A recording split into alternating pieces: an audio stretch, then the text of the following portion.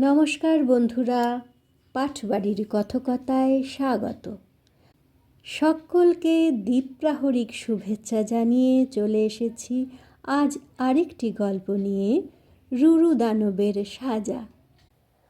পুরাকালে এক মহা শক্তিশালী দানব বাস করত। তার নাম ছিল রুরু। তার শরীরে যেমন শক্তি ছিল, তেমনি ছিল তার জেদ। সে একবার যা করবে মনে করত, কিছুতেই কেহ তা থেকে তাকে নিরস্ত করতে পারত না। ভীষণ একরোখা আর একগুঁয়ে ছিল সে। একদিন দৈত্য রুরু হিমালয় পর্বতে ভ্রমণ করছে। হঠাৎ দেখতে পেল এক অনুপমা রূপ লাবণ্যবতী কন্যা সেখানে ভ্রমণ করছে। কন্যাটিকে দেখে রুরু চমৎকৃত হলো। এমন সুন্দর চেহারা আর সে কখনো দেখেনি। দৈত্যকুলে তো দেখেইনি। দেবতাদের মধ্যেও এমন রূপ অতি বিরল। অবাক হয়ে ভাবতে ভাবতে রুরু ঘরে ফিরল আর মনে মনে স্থির করল, যেভাবেই হোক এই কন্যাটিকে সে বিবাহ করবেই। এমন রূপবতীকে ঘরে না আনতে পারলে তার জীবনই বৃথা। রুরু এই কন্যাটির পরিচয় জানত না। পরে খোঁজ করতে করতে জানল, মেয়েটি আর কেউ নয়, স্বয়ং হিমালয়ের কন্যা পার্বতী। সে আরও জানল, মহাদেবের সঙ্গে তার পূর্বেই বিবাহ হয়ে গিয়েছে। পরিচয় জেনেও রুরু কিন্তু দমল না।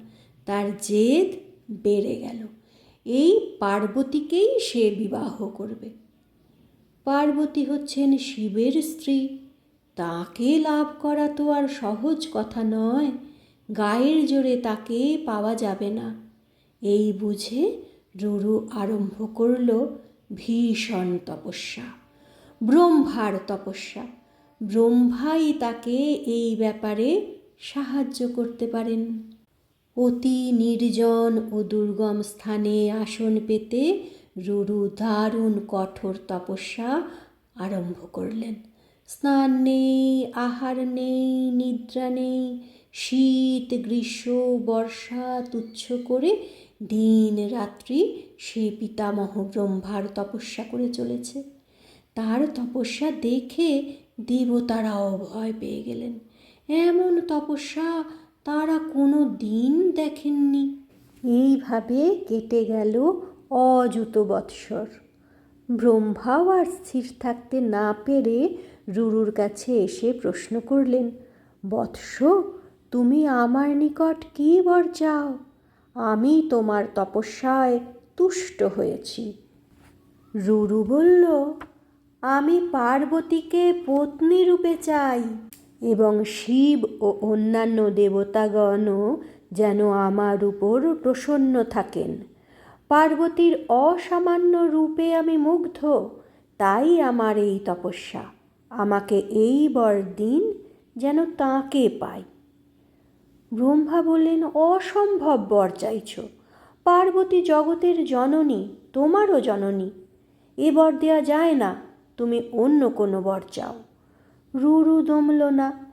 সে অন্য বর চাইলও না। তার তো কিছুরই অভাব নেই। পার্বতীকে রানী করতে পারলে তবে তার সাধ পূর্ণ হয়। ব্রহ্মাকে সে বারংবার এক কথাই বলতে লাগলো এবং বর দেওয়ার জন্য বারংবার অনুরোধ করতে লাগলো। তাইতে ব্রহ্মা অসন্তুষ্ট হয়ে বর না দিয়েই চলে গেলেন। রুরু কিন্তু ছাড়ল না। সে আবার তপস্যা শুরু করে দিল। এবার সে আরও কঠিন তপস্যা করতে লাগলো। তার তপস্যার তেজে স্বর্গে মর্তে আগুন জ্বলে উঠল। মহাদেব এতদিন কিছু বলেননি। এবার আর সহ্য করতে না পেরে পার্বতীকে সব কথা খুলে বললেন। মহাদেবের নিকট সকল কথা শুনে পার্বতী তো রেগে আগুন। বললেন, বটে, রুরুর এত দূর স্পর্ধা! আচ্ছা, স্বাদ মেটাচ্ছি। সে জানে না কার সঙ্গে লাগতে এসেছে। এই বলে পার্বতী একটা খড়গ নিয়ে রুরুর উদ্দেশ্যে ছুটলেন। পথে একটা সিংহ একটা হাতির সঙ্গে যুদ্ধ করছিল। পার্বতী তখন সেই সিংহটাকে হত্যা করে তার চামড়াটা নিজের কোমরে জড়ালেন, আর তার রক্ত নিয়ে নিজের মাথায় চুলে সর্বাঙ্গে মাখলেন। তখন তার চেহারাও হলো দানবীর মতো ভয়ঙ্কর। যে গুহার ভিতরে রুরু তপস্যা করছিল, পার্বতী সেখানে গিয়ে পদাঘাতে গুহার দরজাটা ভেঙে হুঙ্কার করে রুরুকে বললেন, তুই যার জন্য এতদিন তপস্যা করছিস, আমি সেই পার্বতী। সাহস থাকে তো অগ্রসর হ, দেখি তোর তেজ কত। পার্বতীর হুঙ্কারে রুরুর ধ্যান ভেঙে গেল। সম্মুখে এক বিরাট মূর্তি দেখে সে শুধু চমকেই উঠল না, ভয়ও পেল। কিন্তু মনের ভয় বাইরে প্রকাশ না করে চিৎকার করে বলল, কে রে তুই? আমাকে ভয় দেখাতে এসেছিস? জানিস আমি রুরু দানব? ভালো চাস তো এখান থেকে সরে যা। আমার তপস্যায় বাধা দিস না, না হলে তোকে এক্ষুনি বধ করব।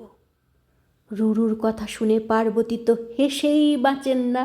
হাসতে হাসতে বললেন, রুরুর দেখছি গুরুতর তেজ, এইবার এই তেজের শেষ হবে, আসন ছেড়ে আয়।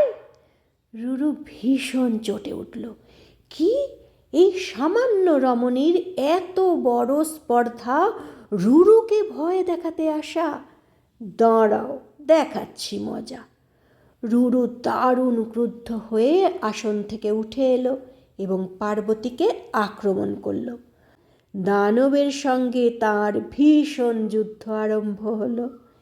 কিন্তু রুরুও বড় কম জানে না, সেও পার্বতীকে নানাভাবে আঘাত করতে চেষ্টা করল। কিন্তু যিনি জগৎ জননী, তার সঙ্গে সে কতক্ষণ পারবে? পার্বতী কিছুক্ষণ পর খড়গ দিয়ে রুরুকে খণ্ড খণ্ড করে কেটে আবার হাসতে হাসতে শিবের কাছে ফিরে গেলেন। এই হলো রুরু দানবের সাজা পার্বতীকে বিবাহ করতে যাওয়ার জন্য। এই রকম ছোট ছোট সরল গল্প যদি শুনতে চান, তাহলে অবশ্যই কমেন্ট বক্সে কমেন্ট রাখবেন। আজ এই পর্যন্তই, ভালো থাকবেন।